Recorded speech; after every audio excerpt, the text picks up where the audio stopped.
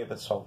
Dando continuidade a um assunto extracurricular, ou seja, que está indiretamente e não diretamente no livro, com relação aos hormônios e anabolizantes.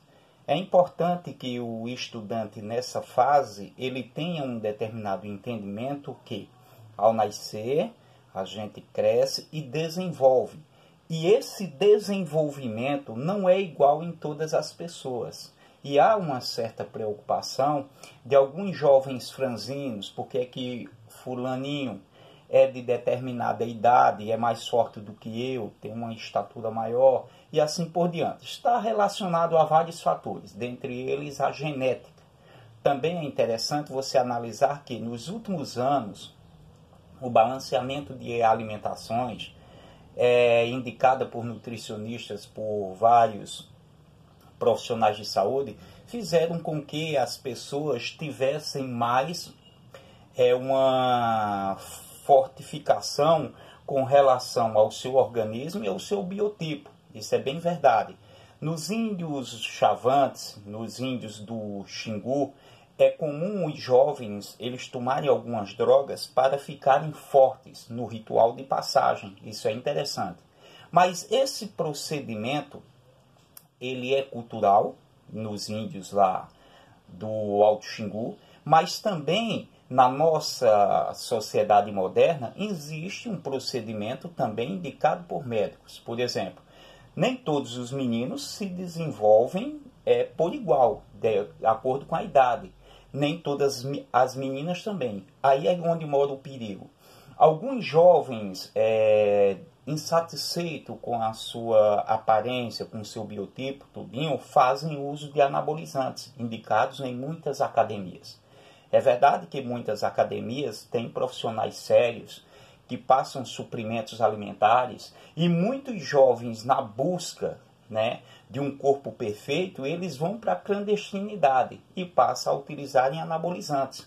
É necessário que se entenda que os anabolizantes eles são importantes em determinada fase da vida, quando se há algum problema, ou quando se há alguma orientação médica para correção. Por exemplo, Neymar, você lembra, quem é o menino que acompanha futebol, como era tão franzino ao sair do Santos.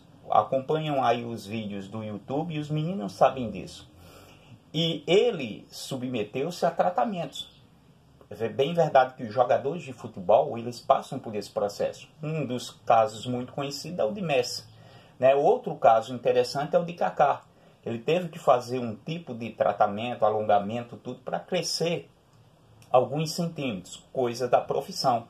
Mas o problema está relacionado à clandestinidade, relacionado aos anabolizantes. Nesse conteúdo nosso que a gente descreve sobre hormônios sexuais, vocês viram e pesquisaram os hormônios femininos e o masculino, Você viu que esses hormônios têm uma importância fundamental na transformação nesse desenvolvimento.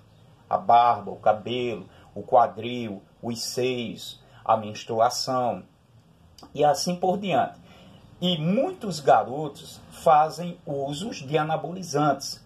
E isso é bem verdade, isso não pode ser escondido, da população. E muitos passam a ter problemas. Então, esses anabolizantes, eles são indicados em vários casos, e hormônios também, com receitas médicas, quando se há um problema. Por exemplo, a menina, quando ela faz uma esterectomia, ou a mulher, por problemas diversos, dentre eles alguns problemas relacionados a câncer de ovário, câncer de útero e assim por diante, se utiliza posteriormente hormônios, porque ela vai entrar cedo na menopausa.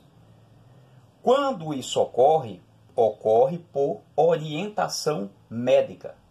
Alguns meninos também, por questão de crescimento, por baixa testosterona, ele vai fazer também o uso desses hormônios.